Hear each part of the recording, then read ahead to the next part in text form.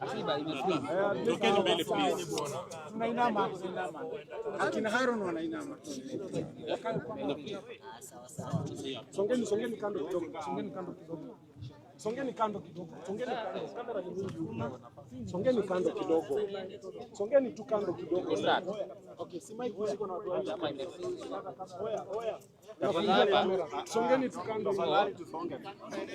Cheki Asiba. Start. Haya, in the meantime, Faiza. In the meantime, angalieni nini? Angalieni Eliu smart. Wakati naye. Hii simu ndio inafanya. Usipeane hiyo mic hapa. Peana tu hapa relax. Sawa. Wili usiongee, mic ziko on. Okay. Cheki, ya hand over hizo mics alafu tupeane sasa. Ulizo hapo nyuma, usonge kidogo. Hebu songa nyuma. Songa tu nyuma, songa everybody can see. Sana request. Kimeli niko kwa interview ya waziri Kimeli. Tafadhali. Tuko kwa interview na waziri. Tafadhali.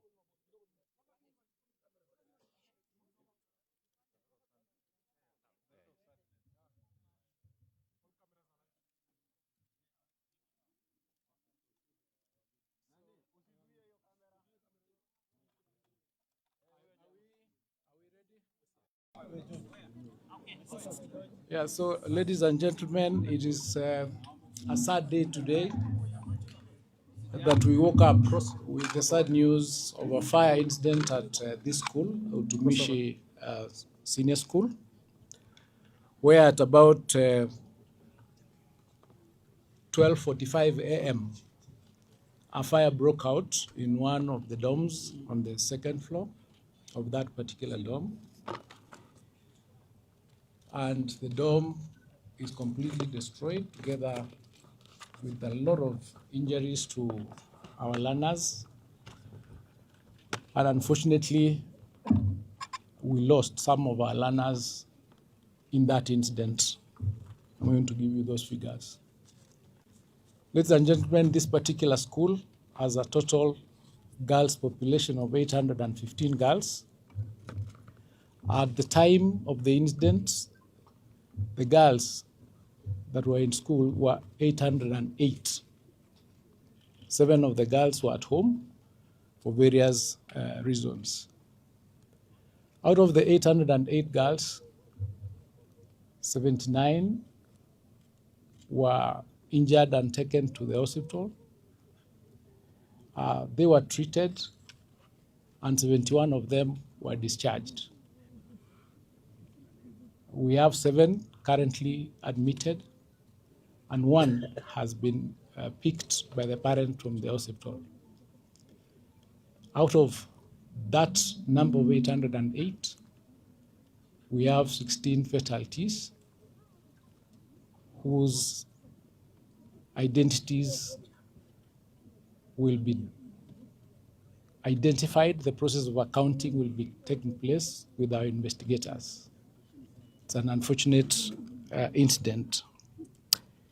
At the time of the fire, responses were received from our security agencies, and we'll be talking more about it, from STU, KDF, County Fire Brigade, and the Kenya Red Cross, among others. The response teams, of course, managed to put out the fire by about 3 a.m., but by then the damage had already been done. We currently have our CSI in place from the DCI headquarters, who are processing the scene with, of course, a view of identifying all the victims. Investigations are ongoing, and there's a hotline number 1199, to which we'll be asking the parents to keep reporting, especially those who might have left with their kids when they came earlier. And that hotline number will also be available for counseling.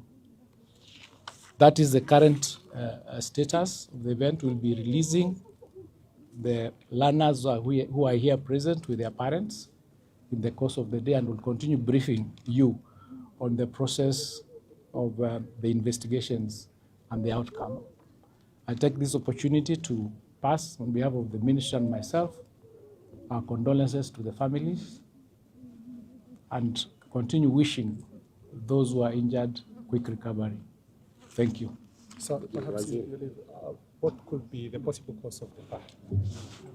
Investigations are ongoing, but the identification or the cause of the fire is not yet identified. We'll be able to give you that information once the investigation is complete. But allow my learned colleague, cabinet colleague here, to say a word or two, and the governor, then we can respond to your questions. Okay, thank you.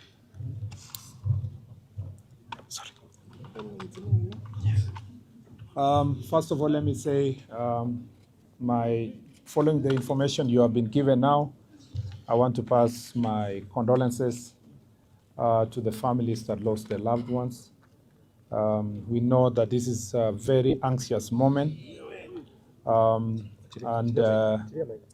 even as we account for the 16 so far identified as having passed on, I want to ask the people of Kenya that together we stand with the families, the Utumishi Academy fraternity, and the rest of the family members who have lost their loved ones in prayer, in support. I ask everyone to be patient. We avoid speculation as to the cause of this tragedy. I also want to thank the multi-agency team of disaster response, starting from our county security team led by the county commissioner, the KDF team, the various formed up units, including us too, that came in very fast. As you very well know, most of the students who come to this school are children of our officers who serve in the National Police Service. And so as a ministry and as a family, we stand with everybody. Even as we release the parents whose children are still in school, which is the larger number, and who actually may not have been injured directly, we know that they will need a lot of support, psychosocial support. And the hotline number has been given, which is 1199, for basically for people to call for help. And we are working together with the Red Cross, as you know. They are part of the National Disaster Response team, so that even when their children have already gone home, we will make sure that even at home, they will receive counseling services and psychosocial support wherever they may be. I just want to say that as a country, this is a serious tragedy. The investigations are going to be thorough. The Director of Criminal Investigation is here. The crime scene investigators are already here. The officers from government chemists are also here. And all processes will be done, including DNA tests, to ensure that these processes are done successfully. And I just want to say that poleni sana, on behalf of myself, my colleague, our government, we want to say poleni sana, and we'll continue standing with you. Was there any interventions? As we are here,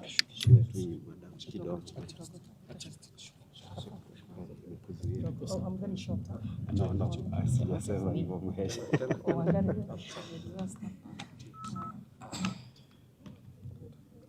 Good morning to all. As we are all gathered here today, it's just a very, very sad morning, as we have all woken up to this disaster.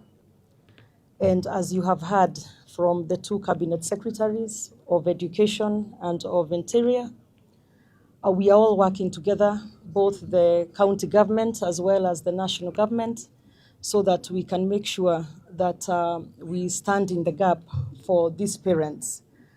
It's really a huge disaster that this morning. And what I can see, or what is happening right now, is also the pairing of the parents with the students who are here, so that at least from that point, we are able to then move to the next level. And as the cabinet secretary has said, there is also counseling that's happening or that's available here, as we continue praying for those in the hospital so that they can heal and providing care and services for them. But also as we continue now to the more difficult part, which is figuring out the ones who have lost their lives, as well as informing the families once we get to that point. So as we stand here, we stand in solidarity with the parents, with the school, with the wonderful people of Kenya, the families and the friends and everybody. And as a government together, we are working to make sure that everything that needs to be done is done. And as you have heard, we also have the Director of Criminal Investigations and his team, because it's also important to get to the bottom of what caused the fire so that we can make sure that it does not happen in the future anywhere else. So asanteni sana, and we continue working on it. Karibu Mheshimiwa Wangari.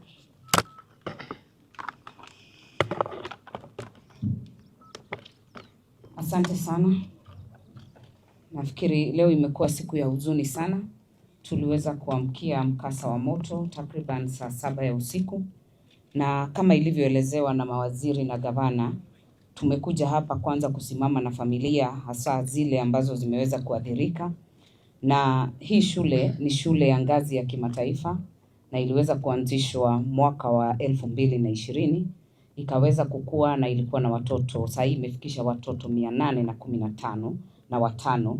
Lakini wale walikuwa kwa shule ni 808, na kwa lile bweni la kulala kulikuwa na watoto takriban 200. Na katika hafla hiyo ya moto, ingawa wazima moto walijaribu kufika, tunashukuru sana wale waliofika wa kwanza. Anti-stock theft walikuwa hapa, tulikuwa na NYS walikuwa hapa, tulikuwa na zimamoto ya county iliyotoka kule Naivasha ilifika hapa, na waliweza kujaribu kabisa kuzima moto. Lakini kwa bahati mbaya na kwa huzuni sana, tukaweza kupoteza watoto wetu, watoto takriban watoto 16. Watoto 7 wako hospitalini, lakini wale wengi zaidi ya watoto 700 wanaweza kushikanishwa na wazazi wao waweze kuondoka, ndio tuweze kupatia hata nafasi wale teams ambao wanafanya uchunguzi, wale ambao wamekuja hapa kuchukua chembe sababu ya kufanya DNA, sababu unajua kwa mikasa ya moto inakuwa iko na shida ya kuweza kutambua hata ni nani ambaye ameweza kutuacha. Kwa hivyo tutakuwa tukifanya hivyo, na tukifanya hivyo tutaomba hata wale ambao ni wananchi wa Gilgil, tutakuwa tukipunguza wingi wa watu kwa shule, ndio tuhakikishe kwamba tumepunguza umati ambao uko hapa. Tupatie maafisa wetu wa DCI, wale wa Ministry of Health, wale wa Education waweze kufanya uchunguzi na waweze kupeana njia ama mwelekeo.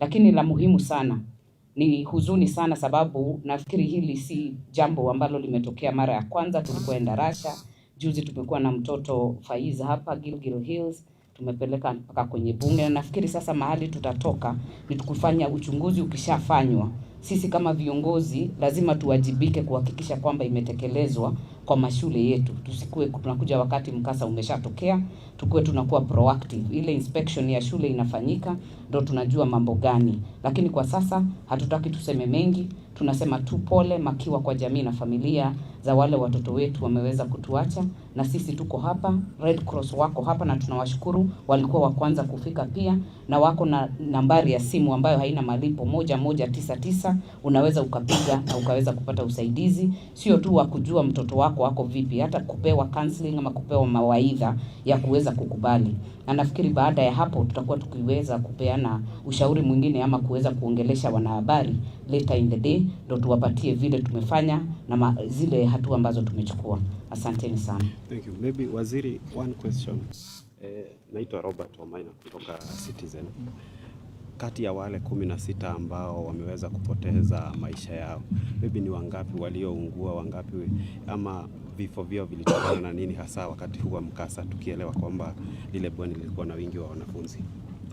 Nadhani haitakuwa vizuri kusema zaidi kuhusiana na wale ambao walifariki, kwa sababu uchunguzi unaendelea na ni vizuri pia tufuate. Kwanza wacha niseme kwamba kama viongozi hapa tulijadiliana sana kwa muda mrefu kama tutaweza kusema saa hizi kweli wangapi wamefariki ama hapana. Lakini tulipoona habari ambayo mmepeperusha tayari kwa nchi nzima, tukaona tu ni kwamba ni afadhali tuseme wale ambao wamefariki. Otherwise, generally, kama kungekuwa ni environment or a society penye we would have kept these numbers for the time being, we would have wished that the numbers be kept until we deal with identification. But because in this era of social media presence and information control, it becomes very difficult. We realized that the message was all over the country, and we thought it was only fair to confirm that 16 persons have since passed on. But then this creates also another trouble for us, which is the anxiety among the parents, trying to know who of them has lost their loved one. So that is the speed with which we are moving now, faster to try to reach as many parents as possible using deductive method, identifying those who are here, releasing them, and then those who are unaccounted for, we start speaking to those parents and start counseling and reaching out to them. So really, we have had to work backwards because of the nature of which information flies in this world. And so going further to say anything related to the same will be extremely irresponsible on our part. I want all of us to now keep it at that until we call you for another press release baadaye. So that is really what I can say about the stature of the bodies, the nature of the accident, the possible causes of it. Let's leave it to investigations first, and then we can come to that. Waziri, my name is Willie Dennis Njiru from TV47. Maybe on account of arson attacks on dormitories over the years, what has the government done, or maybe what mitigation measures could you take? We have had this since St. Kizito's time. Yeah, yes. I think that is, as from a policy perspective, the Minister of Education can respond. Yes, as we've said, we already do not know the cause of this particular fire, and it would be speculative to say it is arson, or otherwise I could suggest that we wait for the outcome of the investigations, and then we can confirm that. But from a policy perspective, we have a safety school manual that all the schools adhere to, and I would urge that we wait to see after the investigations whether that safety manual was adhered to in this particular school. So let's not be speculative at this stage, but we've done a lot in that space. Initially, when Ndarasha happened, we did close to 350 schools that were not meeting the specifications of that particular manual. So we'll continue doing audits and ensuring that our schools meet the safety manual for schools that is already in place and which we keep updating. But for today, I would urge that this being the very first briefing on this, let's keep it at that as we wait to find out what was the real cause of this particular fire. Thank you very much. Thank you. Mwenzangu Joycelene Muraguri, umeweza kumsikia waziri hapo akiweza kuzungumza.